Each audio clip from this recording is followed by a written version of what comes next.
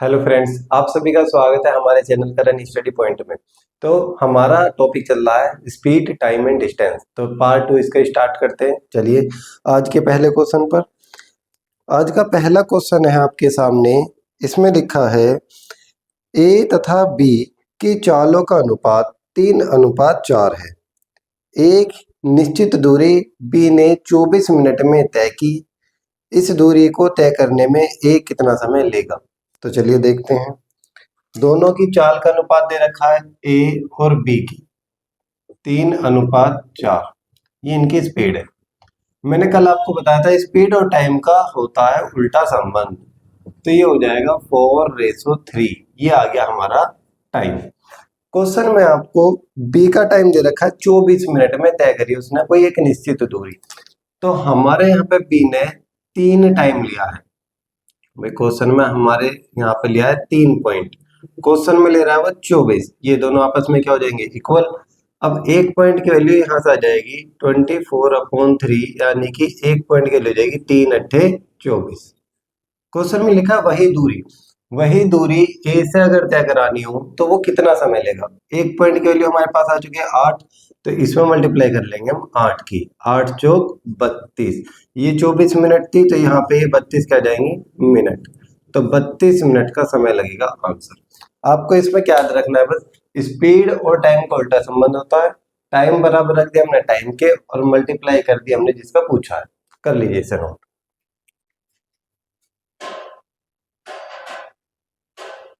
चलिए आज का क्वेश्चन नंबर 2 आपके सामने है। इसमें लिखा है एक ही दूरी तय करने जा रहे दो व्यक्ति ए तथा बी की चालों का अनुपात 3:4 है। मंजिल तक पहुंचने में ए बी से 30 मिनट अधिक लेता है। ए द्वारा लिया गया समय कितना है? इस वाले क्वेश्चन में आपको डिफरेंस दे दिया। ए और बी इनकी चाल का अनुपात है 3:4। ये इनकी स्पीड है, तो इनका जो टाइम है वो हो जाएगा अपोजिट 4:3। अब क्वेश्चन में एक लाइन लिखी है कि ए बी से 30 मिनट अधिक लेता है। इसका मतलब है ए बी से 30 मिनट अधिक लेता है या बी ए से 30 मिनट कम लेता है। ये इन दोनों के टाइम का डिफरेंस मतलब अंतर 30 मिनट का है। ये तीनों बात एक ही है। अब यहाँ से यहाँ तक ये कितना अधिक ले रहा है? Time 1 point. क्वेश्चन में कितना अधिक ले रहा है? वो 30 मिनट। तो 1 पॉइंट की वैल्यू हमारी आ गई 30। अब क्वेश्चन में वो पूछ रहा है ए अकेला कितना समय लेगा। तो 1 पॉइंट की वैल्यू क्या है? 30। तो 30 चौक हो जाएगा आपका 120। अब 120 मिनट, या आपका ऑप्शन में आ सकता है 120 मिनट का मतलब होता है या 2 घंटे। ये हो गया इस क्वेश्चन का आंसर। तो यहाँ पे हमारा 4 ले रहा है, यहाँ पे 3। तो 4 से 3 मतलब कितना अधिक है? 1 पॉइंट। और क्वेश्चन में 30 मिनट अधिक है, तो 30 चौक हो गया 120। 120 का मतलब होता है 2 घंटे। 60 से भाग दे दिया। कर लीजिए इसे नोट।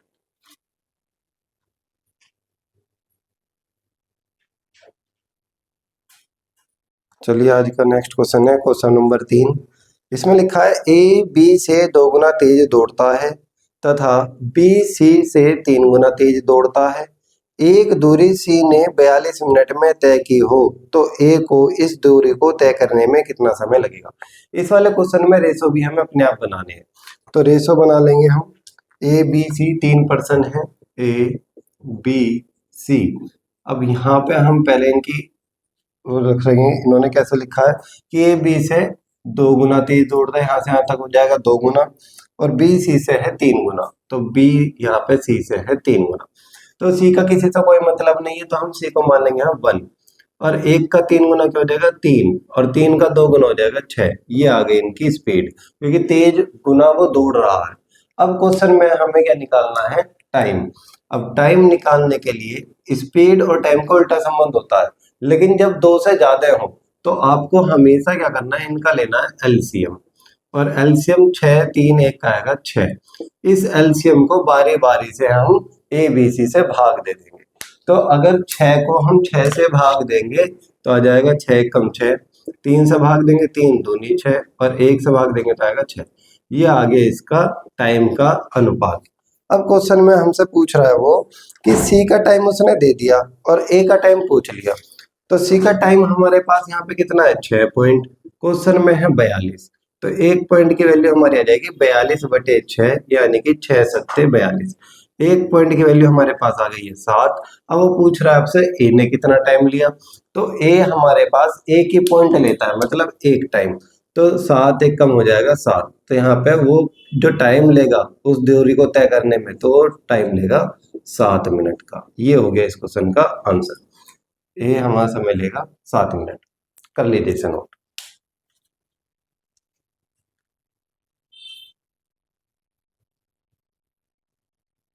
चलिए आज का नेक्स्ट क्वेश्चन हमारे सामने, इसमें लिखा है अपनी वास्तविक चाल की 3/4 से चलकर एक व्यक्ति अपने गंतव्य स्थान पर नियत समय से 20 मिनट देरी से पहुंचता है। इस दूरी को वास्तविक चाल से तय करने में कितना समय लगेगा। चलिए इस वाले क्वेश्चन में हमारी एक कोई चाल है, मतलब वास्तविक चाल। अब इस चाल का हमने कर दिया 3/4, तो यानी कि अब एक चाल नहीं होगी, तो हमें ये अपने आप ही डिसाइड करनी है। क्वेश्चन में लिखा है वास्तविक चाल का 3/4 कर रहा है, किसी भी संख्या का 3/4 करना है तो हम यहाँ पे मान लेते हैं 1। अब 1 का 3/4 क्या जाएगा, खाली 3/4 ही आ जाएगा। तो ये इनकी हो गई स्पीड। अब आपको क्या याद रखना है कि स्पीड जो होगी या रेस हो, वो अनुपात जो होता है वो बटे में नहीं होता। तो ये जो 4 है ये चला जाएगा इधर, तो हमारा रेस हो जाएगा 4:3। ये हो गया हमारा स्पीड, की स्पीड पहले 4 रही होगी। अब 4 का अगर हम 3/4 करेंगे तो 4 से 4 कट जाएगा, तो अब मेरी स्पीड कितनी हो गई 3। तो यहाँ से मैं निकाल लूंगा टाइम, तो टी फॉर टाइम हो जाएगा अब आपका क्रॉस, तो ये 3 और ये 4। अब एक बात सोच के चलिए, वास्तविक चाल से जब मैं जाता हूँ तो मेरे को टाइम लगता है 3, और जब अब मैं चाल से जा रहा हूँ तो अब मुझे लग रहा है टाइम 4। तो मैं यहाँ से यहाँ तक कितना देरी से पहुंच रहा हूँ, यहाँ से यहाँ तक 1 पॉइंट देरी से मैं पहुंचता हूँ। और क्वेश्चन में आपको दे रखा है वो 20 मिनट देरी से पहुंचता है, इसका मतलब है कि इस एक पॉइंट की वैल्यू है 20 मिनट। वो लेट हो रहा है, यहाँ से यहाँ तक 1 पॉइंट लेट हो रहा है और क्वेश्चन में 20 मिनट। अगर वो वास्तविक चाल से चले तो उसे कितना टाइम लगेगा, तो 20 तिया उसे लगेंगी 60 मिनट। अब क्वेश्चन में आपको 60 मिनट भी ऑप्शन में मिल सकता है, या आपको 60 मिनट का मतलब होता है 1 घंटा। इन दोनों में से कुछ भी आंसर में आपको देखने के लिए मिल सकता है। तो आपको क्या रखना है, 3/4 वो कह रहा है तो हमने 1 मान लिया, 1 का 3/4 3/4 रहना, 4 चला जाएगा इधर, तो स्पीड हो गई 4 से 3, तो टाइम कितना हो जाएगा 3:4। अब क्वेश्चन में वो कह रहा देरी हुई, तो यहाँ से यहाँ तक देरी हुई है 1 पॉइंट की, क्वेश्चन में 20 की, तो 20 तिया 60। तो पहले वास्तविक अगर चाल से चलता है तो वह अपने गंतव्य स्थान पे 1 घंटे में पहुंचता है। कर लीजिए सर।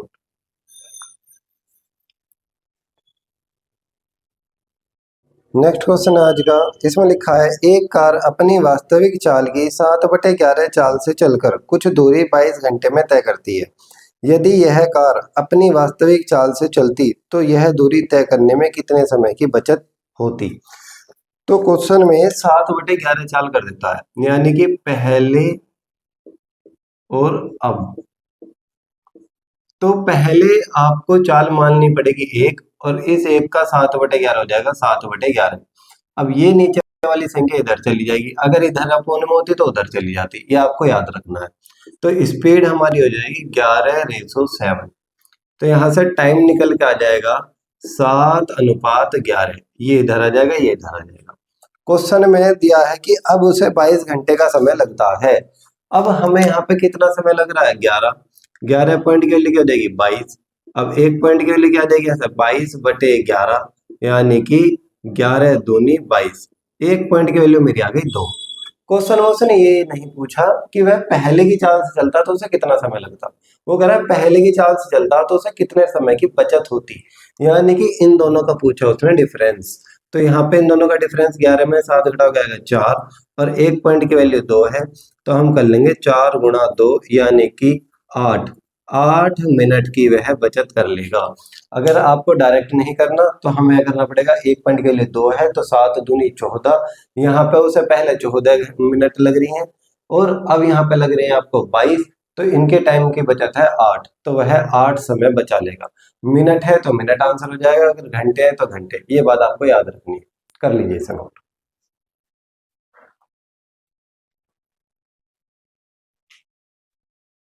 चलिए आज का नेक्स्ट क्वेश्चन हमारे सामने, इसमें लिखा है एक विशेष दूरी एक विशेष चाल से तय की गई, यदि इससे आधी दूरी इससे दोगुने समय में तय की गई हो तो दोनों चालों का अनुपात कितना है। चलिए तो यहाँ पे हम मान लेंगे टाइम। अब मान के चलिए कोई फर्स्ट है कोई सेकंड है, तो फर्स्ट वाले को टाइम मैं मान लेता हूँ एक विशेष दूरी एक विशेष चाल से तय की गई, उसे एक टाइम लगा। क्वेश्चन में लिखा यहाँ पर इस पॉइंट पर आधी दूरी तय की गई है, भाई आधी तो दूरी तय करी गई और उससे टाइम 2 गुना लगा, इसका 2 गुना क्या हो जाएगा 2। अब हम यहाँ पर अगर सोचें तो अगर मैंने कोई भी डिस्टेंस जो दूरी है वो आधी तय करने में समय ले लिया 2 का, तो बाकी की जो आधी रहेगी उसे तय करने में मैं कितना समय ले लूंगा 2 का, तो 2 और 2 कितना हो जाएगा 4, तो यानी कि सेकंड पर्सन को 4 समय लगा। अगर इसे पूरी यात्रा तय करने में 1 टाइम लगता है तो इसे 4 टाइम लगता है, क्योंकि क्वेश्चन में लिखा है कि आधी दूरी 2 गुना समय, इसका 2 गुना समय हो गया 2, तो बाकी की आधी दूरी 2 गुना समय लेगा, तो 2 और 2 हो गया 4। अब टाइम और स्पीड का होता है उल्टा संबंध, तो ये 4 इधर आ जाएगा ये 1 इधर आ जाएगा, तो हमारा आंसर हो गया दोनों की चाल का अनुपात 4:1। ये हो गया इस क्वेश्चन का आंसर, कर लीजिए नोट।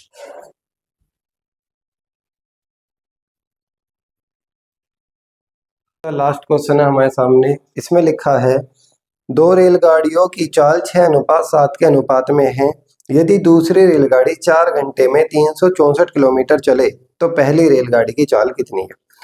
तो चलिए स्टार्ट करते हैं। पहली और दूसरी दोनों रेलगाड़ी की आपको चाल का अनुपात दे दिया है 6:7 है। क्वेश्चन में सेकंड रेल की बात की गई है। अब देखिए फॉर्मूला में होता है स्पीड बराबर डिस्टेंस अपॉन टाइम। क्वेश्चन में स्पीड अभी पता नहीं है, डिस्टेंस 364 किलोमीटर, टाइम लगा 4 घंटे का। चेंज कुछ करना नहीं है, ऊपर किलोमीटर है नीचे घंटे, तो स्पीड यहाँ से निकल कर जाएगी 4 निम 36 4 एकम 4, मतलब 91 किलोमीटर प्रति घंटा, ये स्पीड है सेकंड वाले की। अब क्वेश्चन में आपको रेशो में सेकंड वाले की चाल दे रखी है कि सेकंड वाले की चाल है 7, तो यानी कि 7 पॉइंट की वैल्यू हम यहाँ पे रख देंगे, कितनी आई है हमारी निकल के 91, तो यहाँ से 1 पॉइंट की वैल्यू आ जाएगी, 7 से इसे डिवाइड करेंगे तो 13 7 91, 1 पॉइंट की वैल्यू हमारी आ जाएगी 13। भाई हमारी सेकंड चाल क्या आई है सेकंड वाले पर्सन की, रेलगाड़ी की 91, क्वेश्चन में दे रखी है 7, तो 1 पॉइंट की वैल्यू आ गई 13। अब इसकी कितनी है 6, तो 13 की 6 में गुणा कर लेंगे तो 13 छक्के आ जाएगा 78, 78 किलोमीटर प्रति घंटा इस वाले की है चाल, फर्स्ट रेलगाड़ी की। कर लीजिए नोट।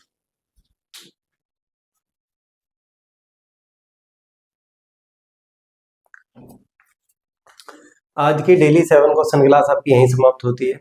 कल से टाइम थोड़ा चेंज है, ये वीडियो अब आपको 9 बजे मिला करेगी। तो मिलते हैं नेक्स्ट पार्ट में, धन्यवाद।